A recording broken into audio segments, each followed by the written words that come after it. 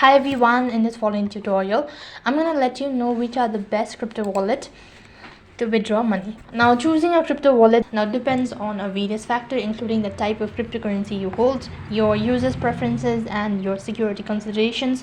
Now here are some of the popular types of crypto wallet which you can. Now talking about different wallet that's available, there are crypto.com, Coinbase wallet, or you have Binance Trust Wallet whatsoever. Now if you want to go with the easy one, then I definitely recommend you to go with the Binance. Now Binance is the easiest way of doing it. So what you have to do is, in order to withdraw money, all you have to do is make sure that your device is connected to an internet service. Along with that, you'll also need to make sure that the bank account is linked.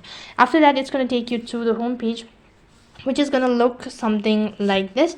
So first of all, let me log in into my account. All you have to do is just launch to your Binance application, and after that you'll have to go to withdraw.